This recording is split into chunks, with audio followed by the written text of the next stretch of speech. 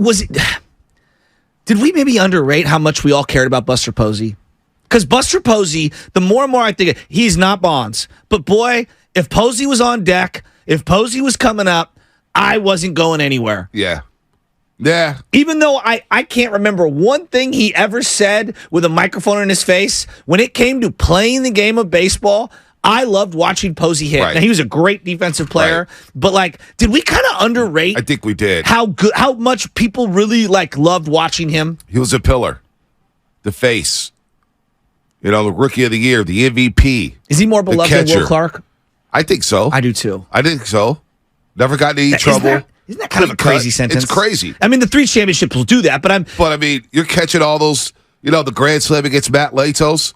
That's forever set in stone. Yeah. That's forever locked into our memories. Yeah. And so we ride with Buster no matter what through the ups and the downs. And to see him bounce back like he did from that hip surgery, damn, we did underrate it. We underrated Buster Posey being a Giant. And I just being at the Bay Area Sports Hall of Fame when he got inducted, right? Mm-hmm. And he was so well-spoken and he cracked a couple jokes. And, Anna was like, she went to go take a picture of Barry Bonds, had no problem. Buster, she shook. Oh, my God, that's Buster Posey. Oh, my God, that's Buster Posey. Oh, my God, that's Buster Posey. I was like, you're a big Posey fan? They're all. I underrated how many Buster stands there were. I coach kids that are 12. You know who their favorite baseball player is? Like, I'll always ask them, who's your favorite Giant ever?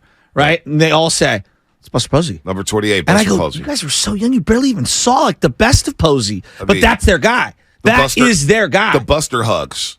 I mean, coming out of Florida State, I'll never forget when I first saw him on SportsCenter playing all the positions. Golden Spikes. Remember that? We were like, who is this guy? I do. And then he got drafted by the Giants, and it felt like there wasn't a lot of, hoopla over that. I don't know, but he comes up in that first Saturday night. I'm not even talking about 09. I'm talking about 2010. Yeah. 2010, he comes up that Saturday night against Arizona. First base hit, you're like, oh, this guy looks like a stud. Oh, this guy looks like the real deal. I remember going crazy in July. I mean, this guy can do no wrong. The guy batted over like 400. Yeah. And it's like, what the hell is going on with this kid? So we did underrate that. I think we did a lot. And I think that there was a level of respect that the fan gave the team when Buster was on it, whether they were good or bad. Think about that. What do you mean? Crawford has been here homegrown. I love Craw. We love Craw. But it's different. But there's a Grand Canyon-sized gap. Agreed. Until the love for Brandon Crawford as opposed to Buster Posey. Well, okay, so would you agree with me? Like, Draymond, very polarizing and different from... Right. But there are levels to Steph's... The feel and the connection of Steph and Dre. Not to say that Dre's not important. Right. I'm saying there's levels to it. There's levels to it. Buster was so high. You could say even there's levels to Clay to Draymond. I think I agree with that. I think I agree with that. I think universally Clay is probably more appreciated and beloved, no? Right. Or am I? Yeah, do I have it backwards? He is. I think so too. He is. I mean, you talk about the fervor for Warriors basketball, and you go out there to the Gatehouse, and these people can't. This is Steph's impact.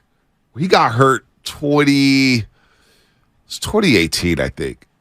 I was still working on the Afternoon Delight, and I remember walking out the store, to the Clement, going to Walgreens. Boy, your vocal cords must have been very rested at that period of time. Oh, yeah, they were very rested. Actually, they weren't because I was working late at night. So, your boy's doing double duty.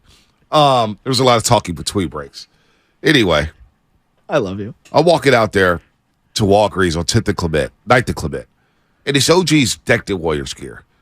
And I'm like, he's like, hey, man, Steph's back today. Steph's back. Right. And I'm like, we see Steph play for... What are you talking about? Yeah, but it was the appreciation for Steph, like, yo, this is our guy. He's been out for a month. He's back now. That's our guy. There's certain guys that get you, you're like, huh.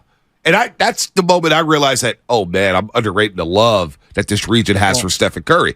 That moment with Buster Posey, you're thinking, like, damn, I underrated the love the Bay has for Buster Posey. Same thing with George Kittle. I think when he moves on one day, we're going to sit back and say, damn, George Kittle was a damn good nighter.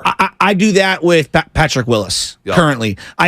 Look, there were like 10 different things that happened simultaneously when Willis retired, but didn't it feel like Niner fans, that was the gut punch? Like Willis retiring was one of those like gut punches that no one was ready for. And I think that as time has gone on, we realize, damn, we loved him. What? Him, Bowman. How cool is it to see Frank Gore walking that sideline at training camp? And Frank's a legend to me.